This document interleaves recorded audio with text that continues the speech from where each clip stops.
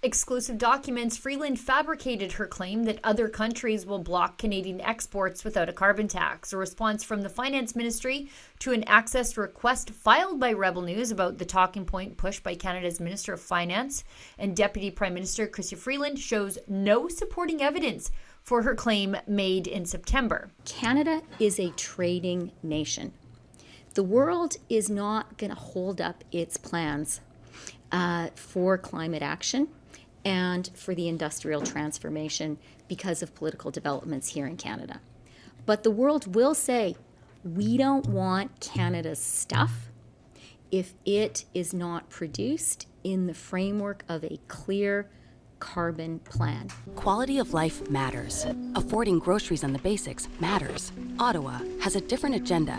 Their energy production cap will cut your family's budget, which means less money in your wallet. We say let common sense prevail. Tell the feds at scrapthecap.ca. Now, Rebel News can do this work through your crowdfunded donations to a special website, rebelinvestigates.com.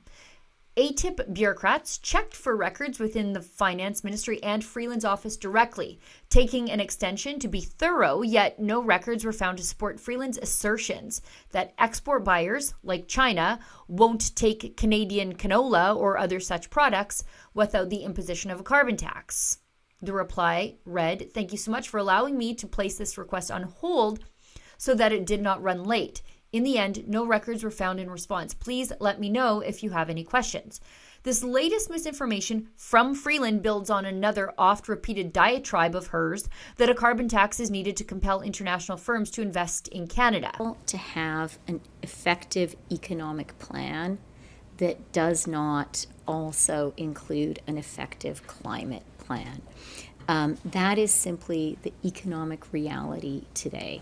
The investments that Canada is attracting today are coming to Canada in large part because foreign investors recognize that we have a price on pollution and we have a strong climate plan.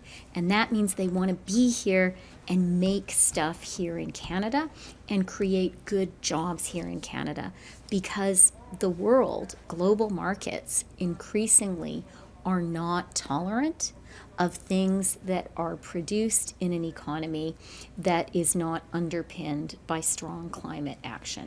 This, of course, is recycled jargon from the failed former NDP Premier of Alberta, Rachel Notley, whose own carbon tax brought about the single largest capital flight out of Alberta since Trudeau's father brought in the National Energy Program to undervalue Alberta oil and gas. Now, Notley dubbed her concept of an added tax to make so-called evil oil morally acceptable to the anti-oil left social license.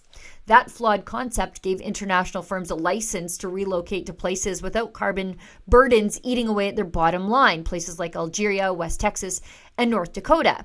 Between 2016 and 2019, Chevron, Shell, BP, and Statoil sold their oil sands holdings in Alberta, and Canada rebranded and relocated. Now, Trudeau is promising a counter-disinformation campaign as his polling numbers dive ahead of the 2025 election. But I think that phone call might be coming from inside the House. For Rebel News, I'm Sheila Gunn Reid.